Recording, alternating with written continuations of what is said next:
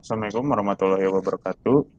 Perkenalkan, kami dari FRI 83. Di sini kami akan mempresentasikan hasil final report dari praktikum perancangan bisnis dan juga fasilitas industri. Di sini beranggotakan saya sendiri, Ihsan Ramadan Buklis, dan dua teman saya yaitu Miranda Cahaya dan juga Muhammad Yusuf Fauzi. Baik, langsung saja kita masuk ke progress report dari praktikum perancangan bisnis. Yang pertama, di sini ada gambaran bisnis. Baik, untuk perusahaan kita sendiri, yaitu bernama CVGO. Perusahaan kami ini bergerak di bidang manufaktur dengan memproduksi Automatic Information Globe. Automatic Information Globe ini adalah sebuah globe yang dapat mengeluarkan suara untuk menjelaskan informasi singkat yang ingin diketahui oleh pengguna. Informasi yang dapat diketahui adalah seputar budaya, bahasa, dan juga sejarah singkat dari negara tersebut. Visi dari perusahaan kami yaitu memajukan ilmu pengetahuan di Indonesia dengan teknologi yang ada.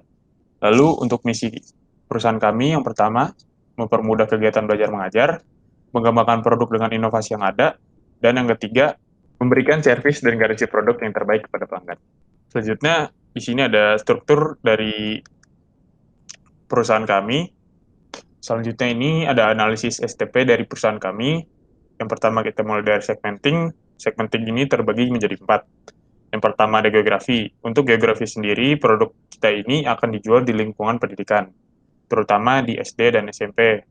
Lalu untuk demografisnya, produk kami ini akan ditujukan untuk pengguna di rentang umur 7-18 tahun dan bisa digunakan oleh semua gender. Dan produk kami ini ditujukan kepada lembaga pendidikan yang memiliki uang pendidikan sebesar 2 juta hingga 3 juta. Lalu untuk segi psikografisnya sendiri, produk kami ini akan dijual pada industri pendidikan yang memiliki pendapatan tinggi dan memahami penggunaan teknologi. Dari segi behaviornya sendiri, produk kami ini akan dijual kepada pelajar yang gemar mempelajari geografis dan informasi negara di dunia. Lalu kita lanjut ke targeting. Targetingnya sendiri kita akan menggunakan strategi spesialisasi pasar. Dan untuk positioningnya sendiri, kita mempunyai tagline, yaitu Change Your Whole Globe.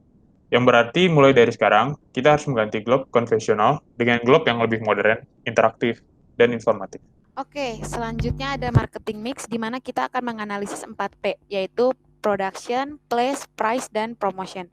Di mana pada production ini, CVGO akan memproduksi Automatic Information Globe, di mana yang seperti sudah dijelaskan oleh teman saya Ican, Automatic Information Globe adalah globe modern yang nantinya bisa mengeluarkan suara untuk menjelaskan beberapa informasi yang akan pengguna minta. Lalu yang kedua ada place, di mana place ini merupakan tempat di mana kita memproduksi Automatic Information Globe. Nah, CVGO memproduksi Automatic Information Globe ini di Bandung, lebih tepatnya di Jalan Sutra Alam, Mengger, Kecamatan Bandung Kidul. Lalu yang ketiga ada price, di mana kita menjual Automatic Information Globe ini satuannya adalah seharga Rp1.775.000. Dan yang terakhir ada promotion, di mana kita melakukan 2 promosi, yaitu yang pertama secara online dan offline, di mana online ini kita akan melakukan dengan 2, yaitu dengan media sosial dan e-commerce, di mana di media sosial ini kita akan mempromosikannya melalui Instagram dan Facebook, sedangkan pada e-commerce kita akan menjual produk ini melalui aplikasi Shopee, Tokopedia, dan Bukalapak. Lalu pada offline kita akan melakukan promosi secara word of mouth, di mana kita akan melakukan bazar, yang di mana bazar ini akan dilakukan pada kampus-kampus atau sekolah-sekolah yang nantinya akan membuka bazar. Lalu yang kedua ada pembagian brosur, di mana kita akan membagi brosur ini di tempat-tempat yang ramai seperti mall atau di gerbang sekolah, gerbang kampus begitu. Next. Oke, selanjutnya ada strategi dan rencana pemasaran. Nah, untuk meningkatkan pembelian produk yang lebih banyak, maka hal yang harus kami lakukan adalah melakukan usaha pemasaran secara agresif. Ada beberapa cara untuk kami memasarkan produk ini. Yang pertama adalah promosi melalui sosial media seperti platform Instagram dan Facebook. Karena kedua platform ini menurut kami mempunyai pengguna yang terbanyak. Selain itu kami juga menggunakan brosur untuk media pemasaran produk ini. Oke, dapat dilihat pada share screen di samping tersebut bahwa biaya yang kami keluarkan untuk pemasaran adalah media sosial sebesar 2 juta rupiah, brosur sebesar 2.362.500 rupiah, lalu total yang harus kami keluarkan adalah 4.362.500 rupiah. Nah, yang di bawahnya itu adalah asumsi untuk kenaikan biaya marketing, yaitu sebesar 2%. Baik, selanjutnya ada rencana produksi. Rencana produksi ini terbagi menjadi dua, yaitu direct dan indirect. Direct sendiri merupakan material-material yang merupakan material pokok dari sebuah produk. Dan indirect sendiri merupakan material-material penunjang yang ada di dalam sebuah produk. Sebelum kita menghitung produk direct material cost, kita tentu saja perlu menghitung production volume. Production volume ini kita tentukan untuk setiap tahunnya, dimulai dari tahun 2022 hingga tahun 2026. Di sini kita menggunakan teknik forecasting untuk menentukan setiap tahunnya. Lalu setelah kita menentukan production volume dan selling volume untuk setiap tahunnya, baru kita dapat menghitung produk direct material cost-nya untuk setiap komponen-komponen yang ada di dalam produk kita. Komponen yang terdapat di produk kita ini ada 5. Yang pertama ada penopang alat, globe, nyangga globe, penutup baterai, dan yang terakhir ada M5 bolt.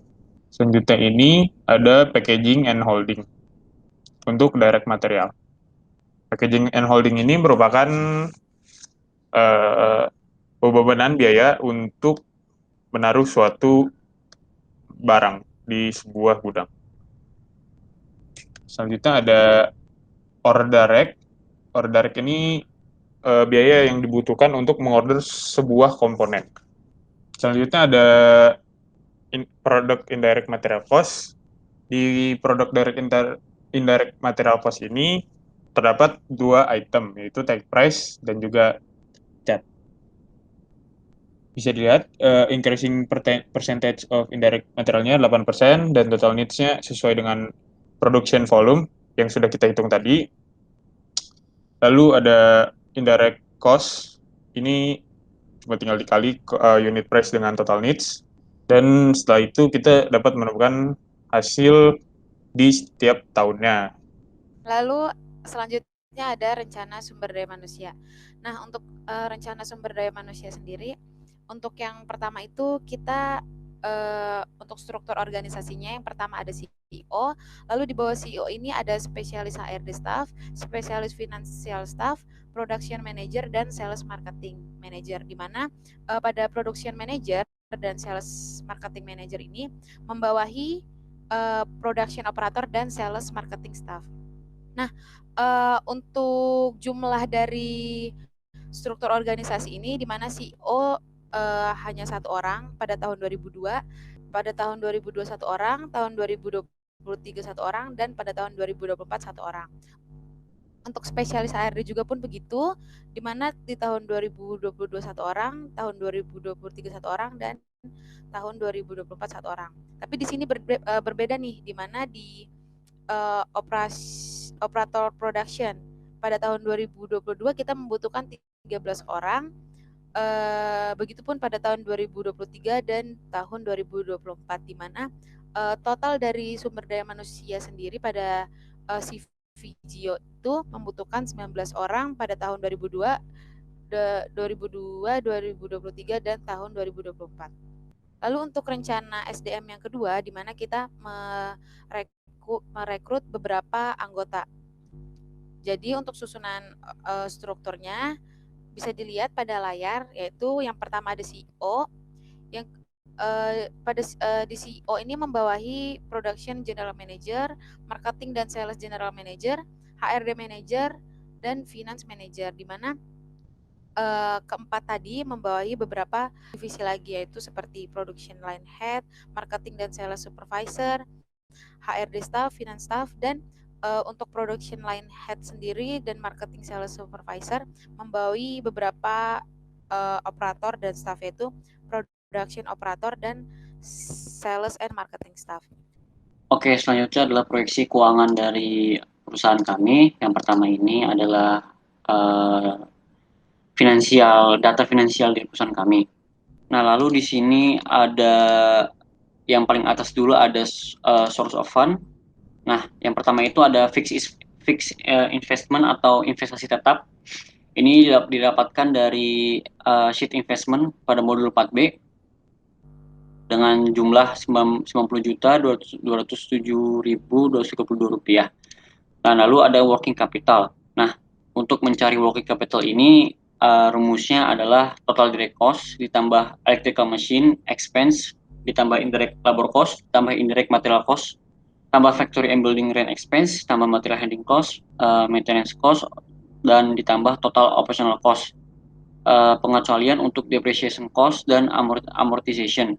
Lalu dibagi dengan 4. Lalu ada di sini ada owner equity-nya sebanyak 80% dan ada pinjaman bank sebanyak 20%.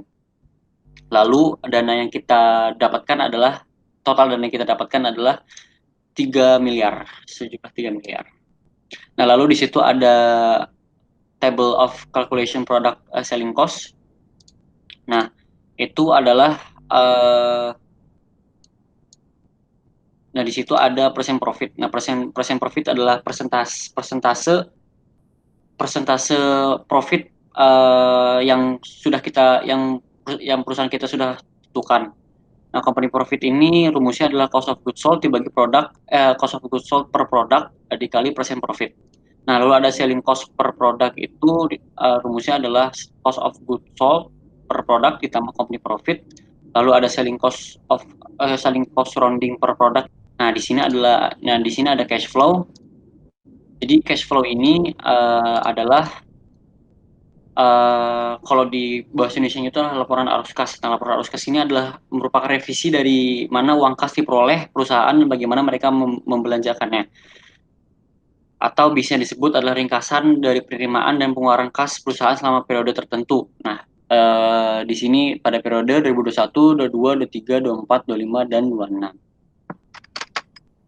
Nah, di sini ada balance sheet untuk data-data keuangan ini. Di balance sheet ini kita dapatkan dari financial data yang sebelumnya. Lalu di sini kita hanya mengecek untuk balance sheet-nya.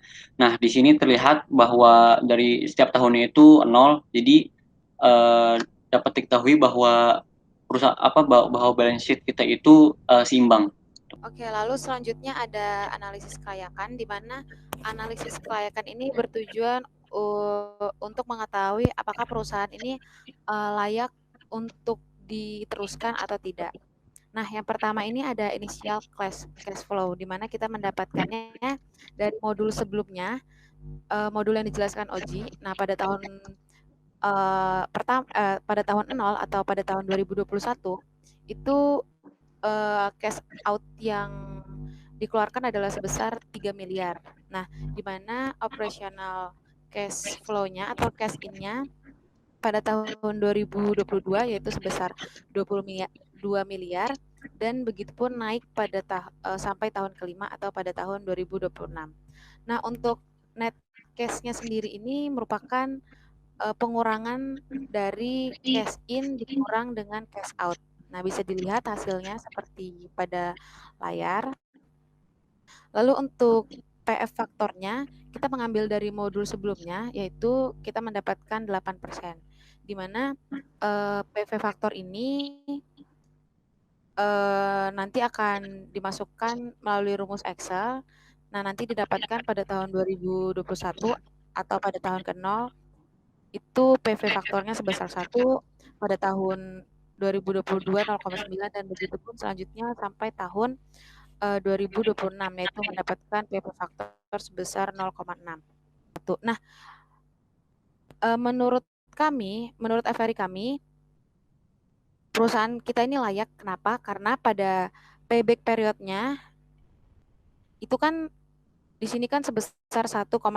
Nah, itu tidak melebihi dari tahun kita investasi, yaitu tahun kelima. Jadi kita akan mendapatkan untung jika kita menjalankan perusahaan tersebut karena kita sudah mendapatkan balik modal pada tahun ke 1,34. Lalu untuk tabel selanjutnya ada tabel of imploration calculation. Nah, pada tabel ini kita akan mencoba-coba persenan yang kita dapatkan. Nah, di mana nanti kita akan menghitung NPV kumulatif yang pertama itu harus plus dan NPV yang kedua ini harus minus. Lalu yang selanjutnya ini ada analisis kelayakan lagi di mana kita menghitung BCR-nya. Jadi ini rumusnya hampir sama seperti slide yang sebelumnya di mana nilai BCR ini kita mendapatkan senilai 1,24 tahun. Nah, untuk perusahaan ini disebut layak, kita harus mendapatkan nilai BCR lebih dari 1. Nah, ini kan udah lebih dari 1 nih, 1,28. Jadi, perusahaan kita bisa disebut layak. Mungkin sekian tadi presentasi dari untuk praktikum perancangan bisnis. Selanjutnya kita akan melakukan presentasi untuk praktikum perancangan fasilitas industri. Baik, selanjutnya ini ada jarak antara supplier dengan kandidat lokasi. Untuk kandidat lokasi kita sendiri ada 3 alternatif. Yang pertama terletak di Kota Bandung, yang A, yang B-nya terletak di Kabupaten Karawang, dan yang C juga terletak di Kabupaten Karawang. Dan untuk menentukannya, kita menggunakan software ArcGIS, yang dimana untuk menghitung jarak dari supplier ke tiap kandidat lokasi yang akan kita pilih. Lalu diperolehlah jarak dari kandidat lokasi ke supplier. Bisa lihat seperti pada layar. Dari yang A ke supplier pertama itu berjarak 195.700 dan seterusnya. Lalu selanjutnya ini kita dapat setelah menghitung dengan normalisasi, kita dapat menentukan kualitatif dari setiap lokasinya. Kita memilih UMK, land cost, availability land, supplier distance penutup baterai, supplier distance stainless steel, supplier distance globe, supplier distance kayu, dan untuk penentu kuantitatifnya sendiri ada akses transportasi, ketersediaan tenaga listrik, persediaan lahan kosong, iklim, dan keadaan tanah. Berdasarkan hasil perhitungan faktor rating yang sudah kita hitung, terpilihlah alternatif pertama karena alternatif tersebut memiliki poin yang tertinggi. Oke, selanjutnya ada pemilihan lokasi dengan faktor rating, di mana kita menghitung nih kuantitatif faktor yang sudah dijelaskan oleh Ican. Nah, di mana kita menilai dari faktor UMK, land cost, available land, supplier distance. Nah, untuk company A ini UMK-nya sebesar 3.700.000. Nah, untuk company B 4.700.000 dan company C 4.700.000. Nah, lalu setelah dinormalisasi, kita akan memasukkan kualitatif faktor tadi ke tabel yang di sini, di mana didapatkan alternatif 1, faktor ratingnya 48,12. Untuk alternatif 2, 33,79. Dan alternatif 3, 38,12. Nah, karena tadi alternatif 1 sampai alternatif 3 kita pilih nih, mana sih yang paling tinggi? Nah, yang paling tinggi kan ada di alternatif 1, yaitu sebesar 48,12. Jadi, pemilihan lokasi dengan faktor ratingnya itu kita pilih di alternatif 1, yaitu di Kota Bandung dengan faktor ratingnya sebesar 48,12. Oke, selanjutnya adalah routing sheet. Nah, menurut Apple pada tahun 1950, routing sheet itu atau lembar pengurutan produksi merupakan langkah-langkah yang dicakup dalam memproduksi komponen tertentu dan rincian yang perlu diketahui dari hal-hal yang saling berkaitan satu sama lain. Baik, selanjutnya di sini ada stacking needs. Yang pertama ini ada box required, kita membutuhkan sebesar 185 unit, dan the number of stack-nya itu stacking maksimumnya ada 62 stack. Dengan floor space required-nya sebesar 2,79 meter persegi. Dan untuk material handling equipment yang kita gunakan ini adalah palet dengan kapasitas 1000 kg dan dimensi 1,3 dikali 1,1 dikali 0,12. Baik, selanjutnya ada perhitungan dari maksimum unit load. Di sini kita tentukan untuk setiap prosesnya, yang dimulai dari area receiving hingga ke area shipping. Di sini kita dapat mengetahui stacking maksimum dari setiap proses, load size dari setiap proses, prepared unit dari setiap proses, dan MHE yang kita butuhkan dari setiap proses, hingga total maksimum unit load untuk setiap prosesnya. Di sini untuk MHE sendiri kita untuk setiap prosesnya disamaratakan menggunakan palet dengan capacity unitnya yaitu 37. Lalu selanjutnya ada luas area, di mana pada luas area ini kita akan mengukur luas area dari tiap-tiap fasilitas yang akan kita gunakan. Nah, untuk fasilitas yang kita gunakan sendiri itu ada meja pengukur 1, mesin milling 1, mesin grinder 1, sampai ke area packing. Nah, di mana untuk meja pengukur 1, meja pengukur 2, dan meja pengukur 1 dan meja pengukur 2 itu memiliki panjang dan lebarnya masing-masing, yang seperti bisa dilihat di layar ini. Nah, untuk total dari areanya sendiri pada meja pengukur 1 itu memerlukan 30 meter kuadrat, mesin milling 1 memerlukan 25 meter kuadrat, sampai ke area shipping yang memerlukan 2 meter kuadrat.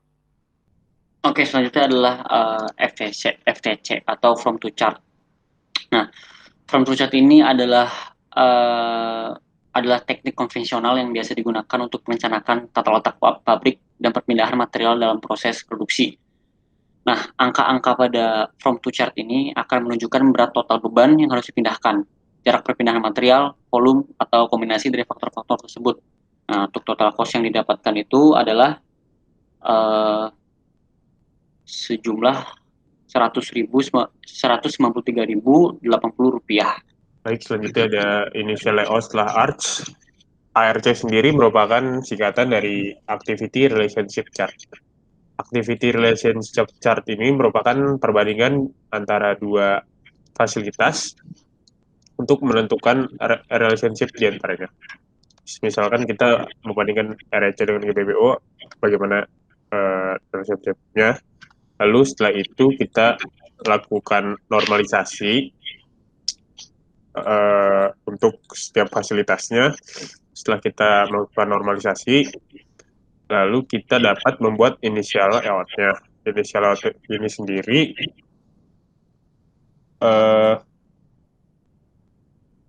sudah ditambahkan dengan fasilitas-fasilitas seperti musola, toilet, pos security, parkiran, dan kantin.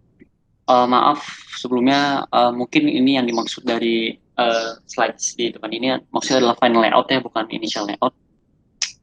Nah, jadi pada final layout ini adalah final layout dari pabrik kami. Layout ini diambil berdasarkan hasil perhitungan initial layout menggunakan software WinKSB. Kemudian diperoleh cost terkecil adalah Rp101.206 di iterasi 2 dan 3 departments. Oke, baik, mungkin itu saja yang bisa kami sampaikan untuk presentasi final report dari PFT dan Tekmi. Jika ada salah-salah kata mohon maaf. Wassalamualaikum warahmatullahi wabarakatuh.